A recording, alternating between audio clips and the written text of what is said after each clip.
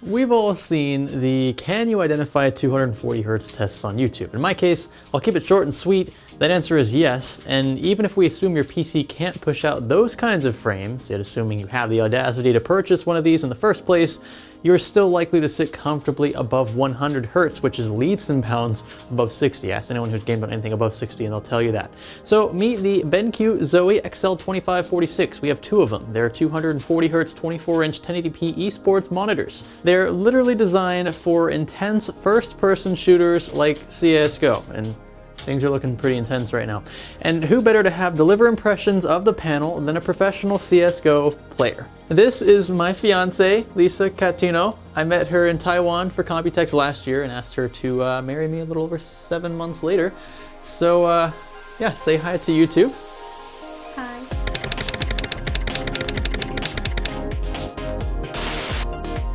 Hi everyone, my name is Lisa. I was a professional CSGO player for Team Expert in Germany, Cooler Master in Taiwan, and Penta Esports in Germany. I've been playing Counter-Strike for just over 10 years, and my monitor choice, of course, is very important. The XL2546 has an extremely high refresh rate at 240 Hz, but this is not the only thing to consider. In the game, every weapon has a recoil, some more than others. For example, the AK-47, my favorite weapon by the way. So if you spray with your gun, something called dynamic accuracy reduces the blur you would otherwise see with the screen moving really fast. Black equalizer is also packed into this model, which brightens dim areas of the map so I can easily spot enemies in darker places. For example, in the cobblestone map or there's two tunnels. You can also quickly swap between various display calibration with the included S-switch. If darker maps show up or you feel like playing a different game, I can click on one of these buttons without toggling through the on-screen display. I like to play CSGO with high saturation while I play, for example, PUBG or League of Legends with default settings. One other concern many people tend to have is in regards to the TN technology. High refresh rates are easier to obtain, but viewing angles can be trash. What I experience with panels of this size, however, is that you won't notice those color distortions if you face it from the front, which is probably what you should do anyway when you play games. You can check out Greg's video about TN technology in this card right here. I had to watch it before talking about this stuff too. GG me. I prefer smaller monitors when I play first-person shooters, and I especially don't like curved monitors for them. This is another way companies try to fix the viewing angle issue associated with TN. Once at a tournament, we were all forced to play on curved monitors, and it was a big surprise because as far as I know, almost everyone plays on a flat panel, even in practice. And if it's ultra wide, the fixed points of grenades in games are changed because of the stretch resolution CSGO gamers aren't used to.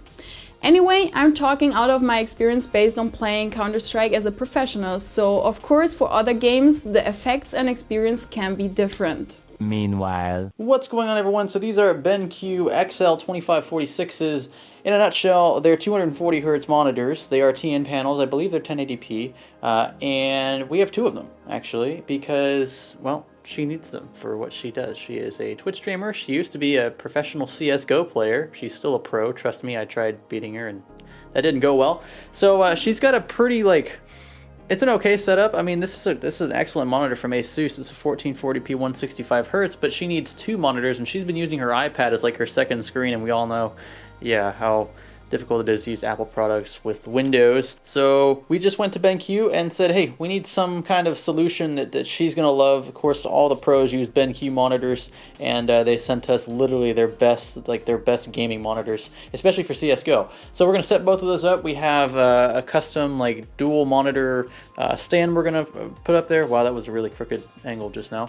And hopefully we can clean this up, because I'm telling you, this just looks terrible back here. You have this ugly gap between the monitor and the tower, and the cables are just everywhere, and we're gonna clean this up. Okay, so here's the Vivo dual monitor desk mount we're talking about. These are good for, I believe, up to 27-inch monitors, and these from BenQ are 24-inch. Actually, I should say Zowie. BenQ and Zowie are BenQ's the parent company, but Zowie's the professional esports brand. And we're going to be mounting both onto this. So basically she's going to be doing all the work, and I'm just going to be holding the camera. So I wasn't sure about quality. This thing's pretty sturdy. It's well built. That was really loud. and it's a pain to bend the hinges, that's for sure. Of course, when the monitors are on there, you'll have a bit more torque, so that won't be a problem. She is just now setting up the base, and if you notice, see, this is an actual base that you place on top of a desk. This is not one that you kind of like mount to the back with a little vise or anything like that. This is just something you place gently on the desk, and that should be pretty sturdy. Let's see how heavy this thing is. That's solid. It's like 10 pounds or so. I opened up one of the BenQ monitor boxes. I just kind of want to walk through what you get inside here. So DisplayPort cable, of course, the only way to run 1080p 240 hertz. USB cable, so you can plug peripherals into the monitor directly, I presume. Power cable, so it looks like we have an integrated AC adapter, which is nice. We have a switch mode.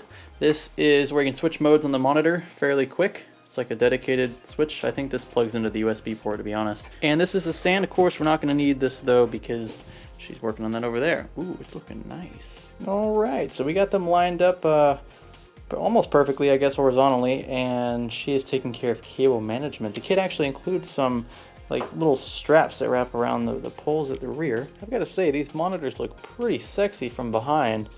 Kind of a shame you're not going to be able to see them. And so you can run DisplayPort and the power cables through these. It keeps them, suspended. That way you don't see them from the front. So they're all lifted above the base of the monitors. In my experience with monitors over the years, I can say that I'm impressed with what this one has to offer at its price point. These are thin panels packed with I/O support and OSD options, and of course, rocking that 240 Hz refresh rate, this panel's biggest selling point by far. But I also want to discuss hardware requirements to reach these frame rates, something that many people are bound to overlook. Obviously, to have the full 240 Hz experience, your PC will need to pump out that many frames per second, putting serious load on especially the CPU.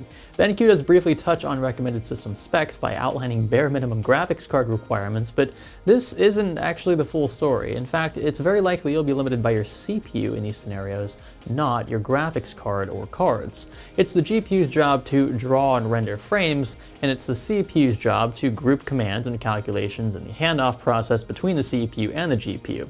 GPUs can handle high frame rates because they're packed with up to thousands of cores, stream processors on AMD's side and CUDA cores on NVIDIA's, but CPUs can struggle with sorting these functions if the draw calls from the graphics card continue to rise. So really what BenQ should put in place of these recommendations are AMD and Intel CPU ones, since the CPU being used will likely be the limiting factor here, and since in-game graphics can always be lowered to alleviate the stress on the GPU, it makes sense to put the thing that's going to be the bottleneck on the website. Now, while I'm certainly no pro gamer, I can say that the TN technology implemented here is satisfactory. I mean, it's TN. It's about as good as TN's gonna get. 24.5 inches is a good diagonal size, since the viewing edges from a roughly 2-foot distance doesn't incite a sharp angle from the center, which means that colors won't be distorted on the edges. The included monitor stands are actually pretty intuitive and allow for the full swivel motion, but you can always swap to custom stands since these panels are base mountable. That's what we've done right here behind me. Color reproduction on the XL2546 is excellent as well, to my surprise. Things tend to be a bit on the warm side out of the box though, so that will beckon a simple calibration or two. Jumping from this panel to my Asus 165Hz TN is actually a night and day difference, which I did not expect. I don't even notice much of a difference in resolution, since one's slightly larger despite being 1440p on Asus's side. The XL2546, mind you, is also considerably cheaper, so I deem it a better solution overall for the intensive FPS gamer. And what they have to say is true. Jumping back down from 240 Hz to something like 120, which is still a substantial jump in and of itself from 60, mind you, is a drastic setback. Once you go up to something this high, you'll have a very tough time working your way back down if, for whatever reason, you need to do that. My condolences if so. You can find this monitor along with a few others that are semi-similar to it linked in the video description, along with our Amazon and Newegg affiliate links. So we do get a small kickback if you decide to purchase a monitor or anything else via those links. We appreciate it. Be sure to give this video a like, a thumbs up if you thought it was cool, dislike if you feel the complete opposite about it. Be sure to click subscribe button if you haven't already, and stay tuned for more content like this. Also, be sure to check out our new Twitch channel, headed up by the very own Lisa Shifty Katina herself.